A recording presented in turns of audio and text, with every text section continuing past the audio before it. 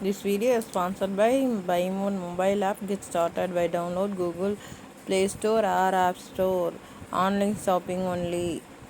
கொல்லூர் மூகாம்பிகை திருக்கோயில் கர்நாடக மாநிலம் உடுப்பி மாவட்டம் கொல்லூரில் சௌபர்ணிகா ஆற்றின் கரையில் பத்மாசன திருக்கோலத்தில் அமர்ந்து பக்தர்களுக்கு அருள்பாலித்து வருகின்றாள் அன்னை மூகாம்பிகை. சுயம்புவாக தோன்றிய ஜோதிர்லிங்கம் ஒரு தங்க ரேகையால் சக்தியாகவும் சிவனாகவும் பிரிந்து காட்சி தரும் அழகை இந்த தலத்தில் நாம் தரிசிக்கலாம். அன்னை மூகாம்பிகை கோயில் கர்நாடகத்தில் இருந்தாலும் கேரள கட்டிடப்பாணியை ஒத்திருப்பது சிறப்பான ஒன்றாகும். இக்கோயிலின் கருவறை விமானம் முழுவதும் தங்க தட்டினால் வேயப்பட்டதாகும். நெடிதுயர்ந்த கொடிக்கம்பம் அதன் அருகிலேயே ஒட்டி அமைந்திருப்பது 1000 விளக்குகள் வரை ஏற்றக்கூடிய ஒரே கல்லினால் ஆன அழகிய விளக்கு தூணாகும். கோல மகரிஷி தங்கியதால் இந்த பகுதி கொல்லாபுரம் என்று அழைக்கப்பட்டு பின்னர் கொல்லூர் ஆனதாக கூறப்படுகிறது. விஜயதசமி அன்று இங்கு பக்தர்கள் தங்கள் குழந்தைகளுக்கு அட்சராபியாசம் அதாவது கல்வியை தொடங்கி வைக்கின்றனர்.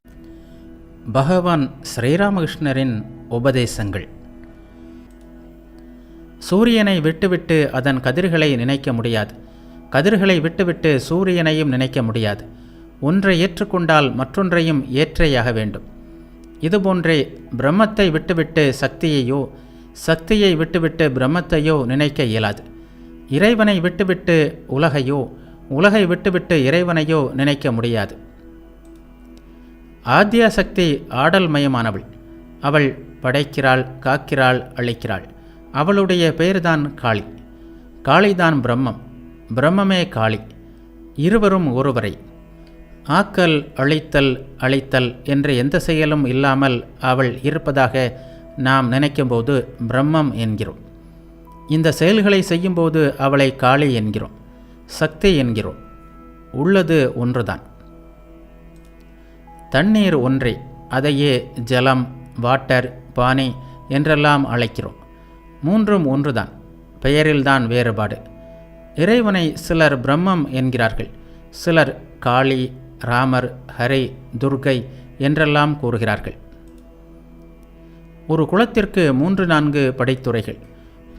ஒரு துறையில் இந்துக்கள், அவர்கள் அதை தண்ணீர் என்கிறார்கள். மற்றொரு படித்துறையில் முகமதியர்கள், அவர்கள் பானே என்கிறார்கள். இன்னொரு துறையில் ஆங்கிலேயர்கள், அவர்கள் வாட்டர் என்கிறார்கள். மூன்றும் ஒன்றுதான். அதேபோல இறைவன் ஒருவரே, அவரை அடையும் வழிகள்தான் பல.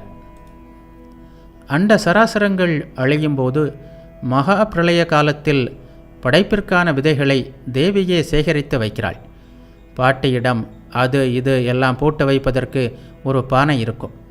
அவள் அதில் பல்வேறு சாமான்களை போட்டு வைத்திருப்பாள். அதனுள் கடல் நுரை, வாயு மாத்திரை, சுரை, வெள்ளரி, பூசணி விதைகளின் சிறு சிறு பொட்டலங்கள் எல்லாம் போட்டு வைத்திருப்பாள். தேவைப்படும்போது வெளியே எடுப்பாள்.